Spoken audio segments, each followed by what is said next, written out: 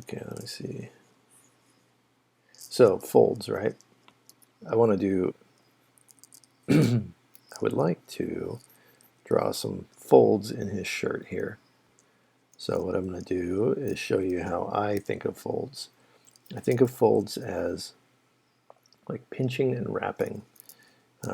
One, these things are wrapping around a cylindrical form, right? The shirt, it bunches upwards, right? If it's bunching upwards, and if there is a elbow, right? Let's say that's an elbow.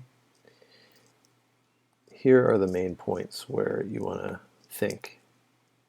Something's going to happen here at the elbow.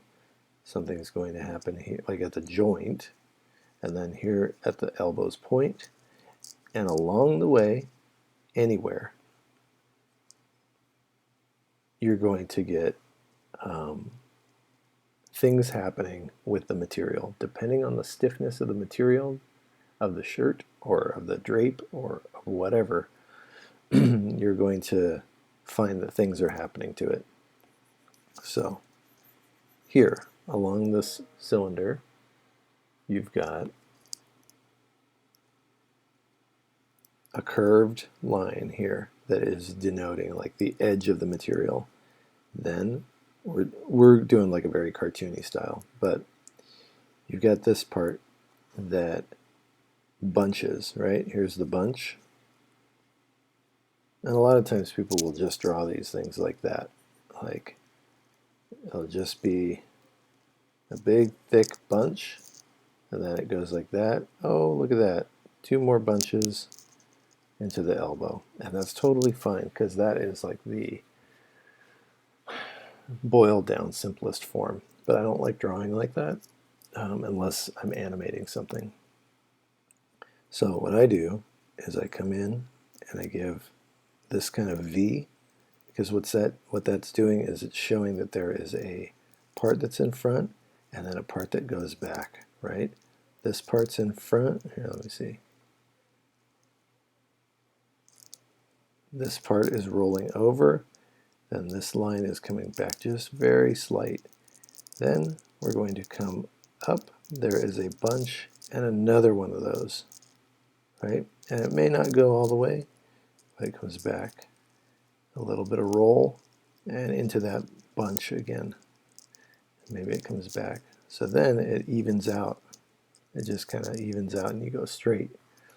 And on the opposite side, it's kind of the same thing. Like here, we're going to take the bottom of that bunch and we're going to come in. We're going to swoop in.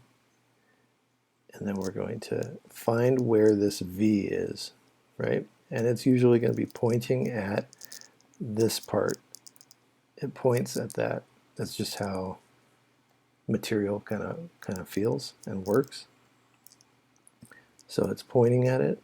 This guy comes right in there, and it's the opposite direction. So again, and that's pointing at where what would be a bunch over here, but it's also the end of the material bunching. So that's how I usually do folds. It's an overlap bunch. Let's get the whole thing in here. Right? So an overlap, the bunch, overlap, bunch. This one comes over and it points at what will be the hump over here, the overlap. And if you vary if this was all the same and it just like kept going like this, it would look really boring. It would look really funky. And the same for here. If it was just always the same, it would look really funky. But if you vary all that, you can get some pretty believable little folds. And always, keep in mind that it is an actual form that's underneath there, and that form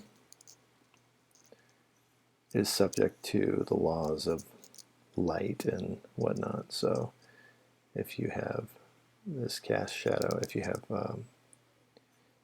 light coming from this direction. Let's say light is coming like this. Well, then it's going to hit this it's going to hit right here and have a form shadow where it rolls down and it casts down. Maybe some reflected light here at the bottom. It actually becomes kind of like sculpting then. I mean, when you're painting this stuff, you're going to find that it's actually a little bit easier than drawing it in pen. Anyway, okay, so all that, screenshot that if you need it. But yeah, all that to say that